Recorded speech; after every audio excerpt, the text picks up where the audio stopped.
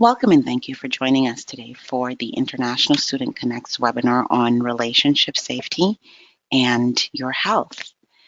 We are going to talk a little bit about your sexual health safety, as well as your safety in a relationship. Now, we do know that starting a new relationship is fun. It can be exciting, and sometimes we lose control. So we're going to get into that as we go along. My name is Ingrid, and I'm going to be your presenter for today. If you have any questions, please feel free to send them to us via email, or you can type them in the questions and answers dialog box that is provided. You can send them to rahila.mushtaq@costi.org. That's the email address that you have found as you've decided to view this webinar. So we want to talk about your safety first. That, I think, is where we should begin. Okay. So there are many things that we must do to ensure that we stay safe in our relationships. And oftentimes we get starry-eyed and bushy-tailed in these new relationships and we forget. So let's talk about consent, sexual assault, sexual harassment, and sexual health in general. Now, what is consent? Consent in terms of a sexual relationship is a voluntary agreement to engage in sexual activity of any kind, and each partner must actively and willingly give their consent to sexual activity. If there is no consent, then it is sexual assault, which is a crime in Canada. Everyone has the right to say no to sexual acts of any kind. And if someone says no to you, you must respect that. So always think about that. Saying no means there is no consent, and everyone has the right to say no.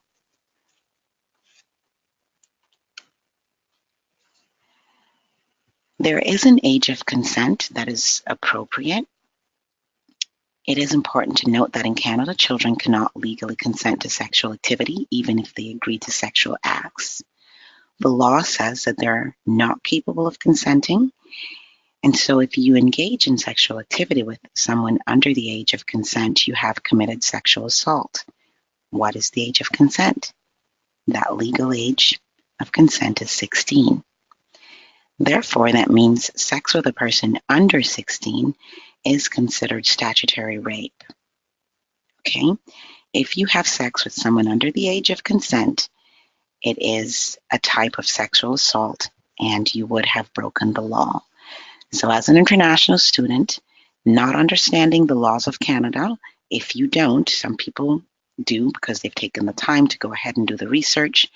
If you do not understand the law, this webinar will help you to break it down for you in very small portions.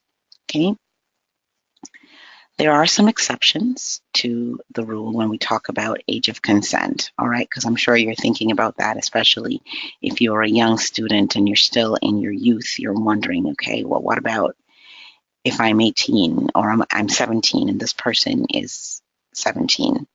Well, there are some exceptions to the age of consent law, and teenagers who are close in age can legally consent to sexual acts with each other. For example, a teenager who is 15 years old can legally consent to sexual activity with a teenager who is 17 years old. The age of consent is 18 when a relationship involves the person in authority. And when we talk about a person in authority, we're talking about a teacher, a coach, a boss, or even a family friend.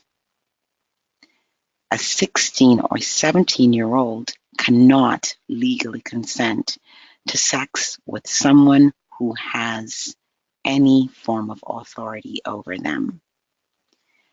Age of consent is 18 for pornography or prostitution. So these are the exceptions that we're talking about that you should keep top of mind as you move forward through this particular space.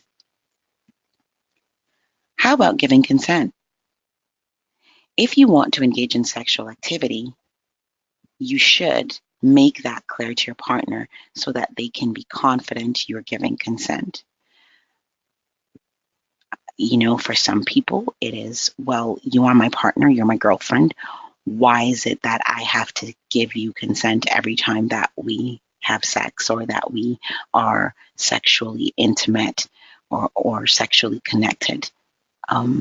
It is something that you should practice, especially in this day and age where people are trying to ensure that they don't overstep their boundaries. So consent should be in the form of yes. It's either yes, there's no, and then you proceed, or maybe, or yeah, I'm going to think of it. No, please do not do that. If the person is saying, maybe, well, I'll think about it, walk away. If your partner um, is under the influence, if they're intoxicated or they're unconscious, they cannot give you consent. And you, as an individual in a situation, you cannot be pressured or coerced into consent. You cannot legally consent if you're intoxicated or unconscious. Okay? Silence is not consent. Not resisting is also not consent. Think about this. Some people are afraid to speak or to resist. Depending on the situation, they may not necessarily resist. They could sit there or stand there, lie there, and you're probably thinking, well, it's okay because they're not resisting. So to say, well, he didn't resist, or she did not resist, or they did not resist, that's not a good enough excuse. Only yes is yes. So always, when you get into a sexual situation, ensure your partner wants to have sex. This is known as affirmative consent or enthusiastic consent. I think I like that. I like enthusiastic consent. Without that, I'm not moving forward. Now, we're going to talk about sexual assault. And just to, if you notice my slide here, we talk about the level of sexual assault. 1 in 6 men are affected by sexual violence in Ontario, and 1 in 3 women are affected by sexual violence. This is something that is a very scary number when you think 1 in 3, 1 in 6. Quite scary. So sexual assault is forcing sexual acts of any kind, including touching or kissing another person without their consent or this is sexual assault. Okay? Research shows that sexual assaults are committed by men against women more often. However, men can also be victims of sexual assault, and sexual assault can also occur between same-sex partners. When most people think sexual assault, they think, oh, rape. No, rape is not the only type of sexual assault. So think about what we've talked about originally: kissing, touching inappropriately.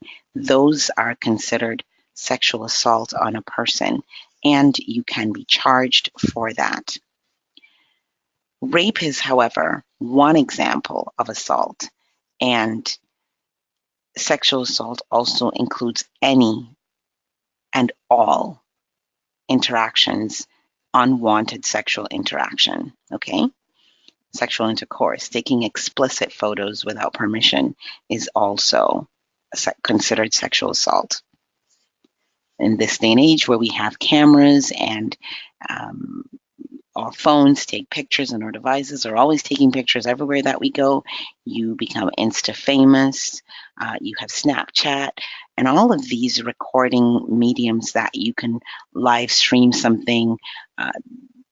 Any one of these that are done without a person's consent, if you video them, if you take a picture, if you take it and not post it, or take it and post it, or record it and post it, record it and not post it, same difference. It is no different. It is unwanted sexual activity, and that is cause for you to be charged in this country.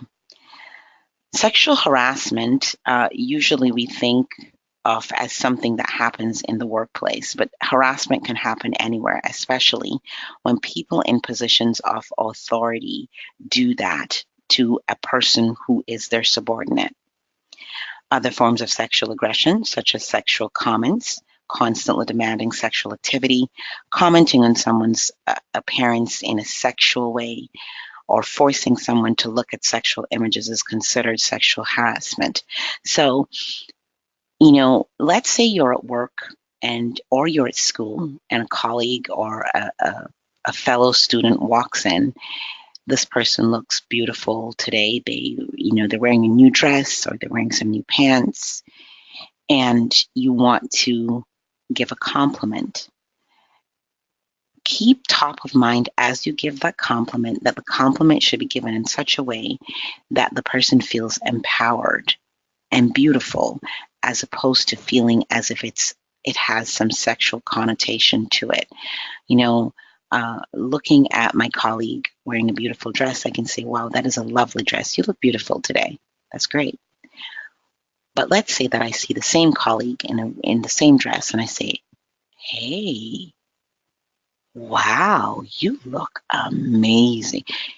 You look beautiful. That can be misconstrued or misunderstood, even though perhaps my intent was just to emphasize how beautiful this person looks. So think about the way that it will be perceived when you're delivering this message of trying to compliment someone. We don't want to live in a world where we're not complimenting each other. We're not talking about, giving someone a little bit of an upliftment. No, we don't want that. But we also want to be very careful about how we straddle the lines between being appropriate and not inappropriate. We don't want to cross the line of harassment, okay? Sexual harassment can become sexual assault, and that's something that you should think about. Constantly demanding sexual activity, constantly commenting on someone's appearance, or forcing someone, again, we don't want to get to that place. There's a sexual harassment in the workplace. It can happen in schools. It can happen in your home. And any one of those is a violation of the Ontario Human Rights Code.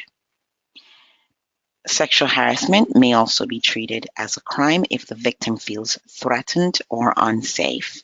So, just like I talked about before, that be very careful about the way that you give a compliment if you're going to give a compliment. Think about the way that you say things, because you could actually be charged based on how it is perceived.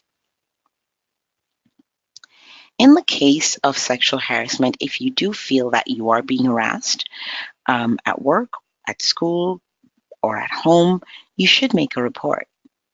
Sometimes it is okay for you to confront the person who's harassing you. Sometimes it is okay for you to say to them, at this point, I really don't like what you've done.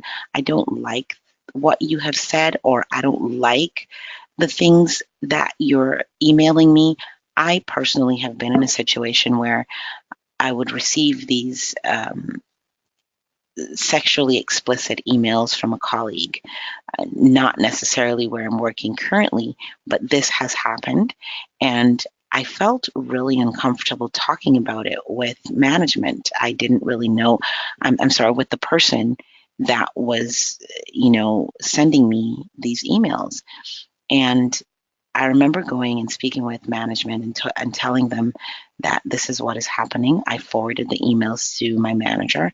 And, after having a discussion, one of the things that came out of it was, how about you say to this person, I don't feel comfortable with these emails that you're sending me. I don't feel comfortable with this content. The content is making me very uncomfortable. And I went back, I had that conversation, I had that discussion, and I followed up with an email as well.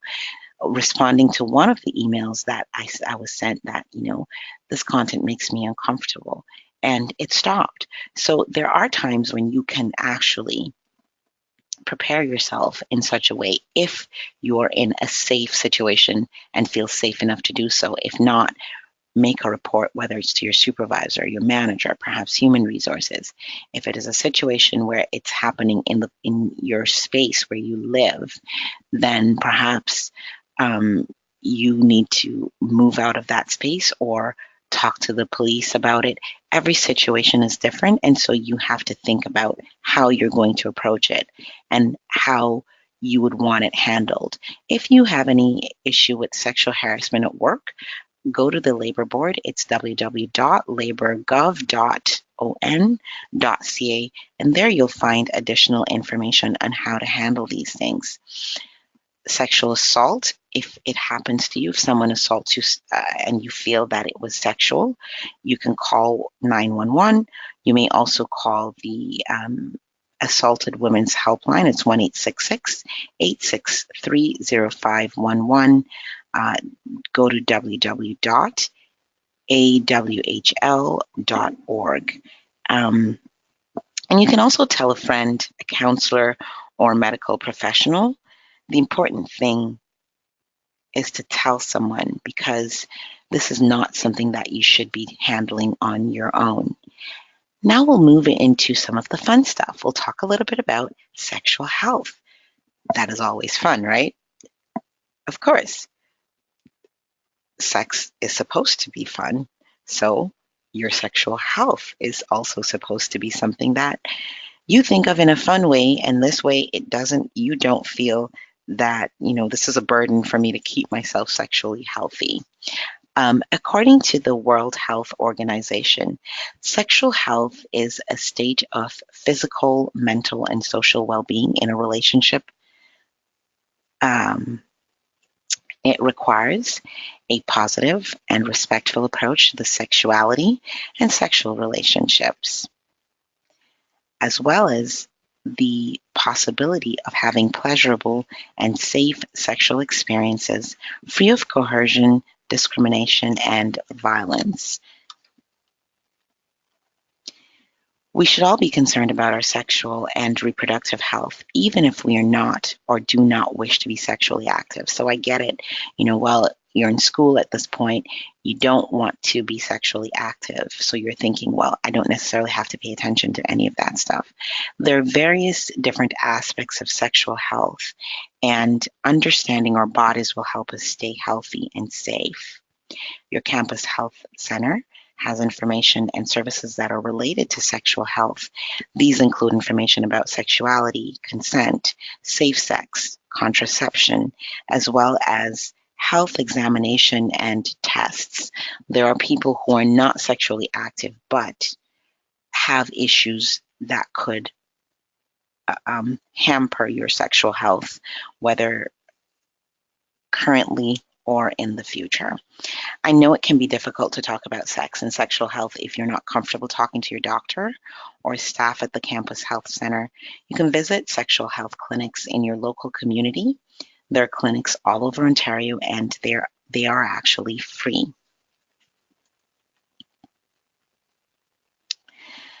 The sexual health clinics are located. There's a website that you can find them. It's www.sexualhealthontario.ca. These clinics have doctors, nurses, and counselors. Their expert services are free, they're confidential, and include education and counseling.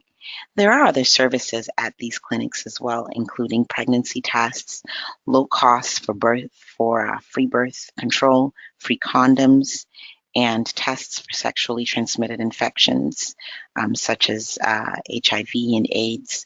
And again, you can always get education and counseling at these clinics.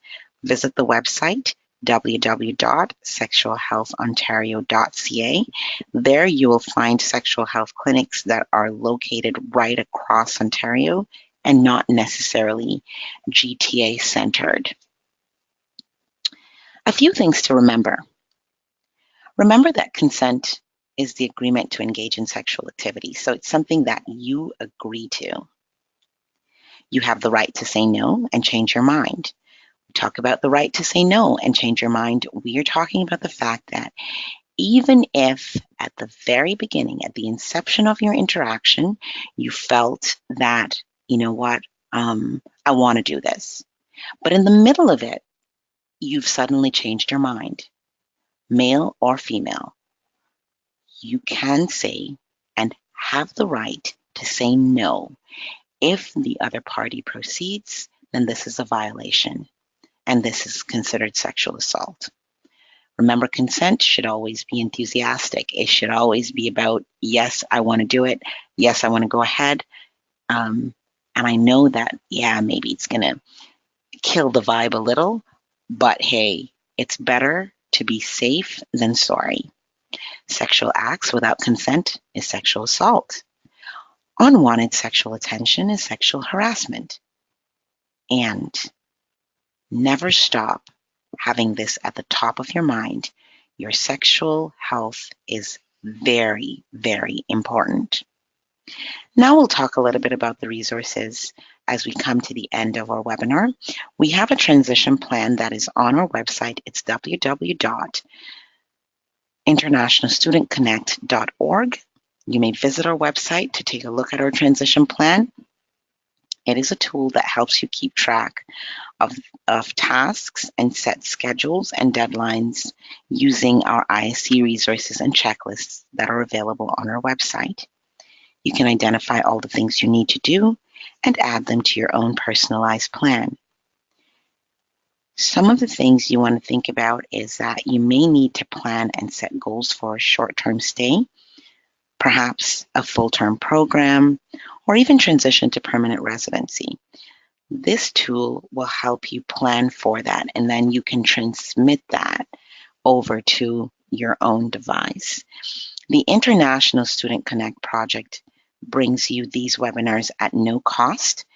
We are a government-funded program. We're funded by the Government of Ontario, and our project is designed for international students. We provide support to international students and their families through 21 educational institutions and several SDAs, settlement agencies.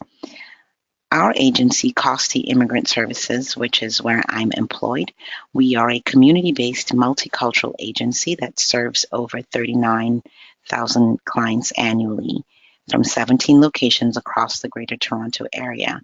We are the coordinating agency for this project.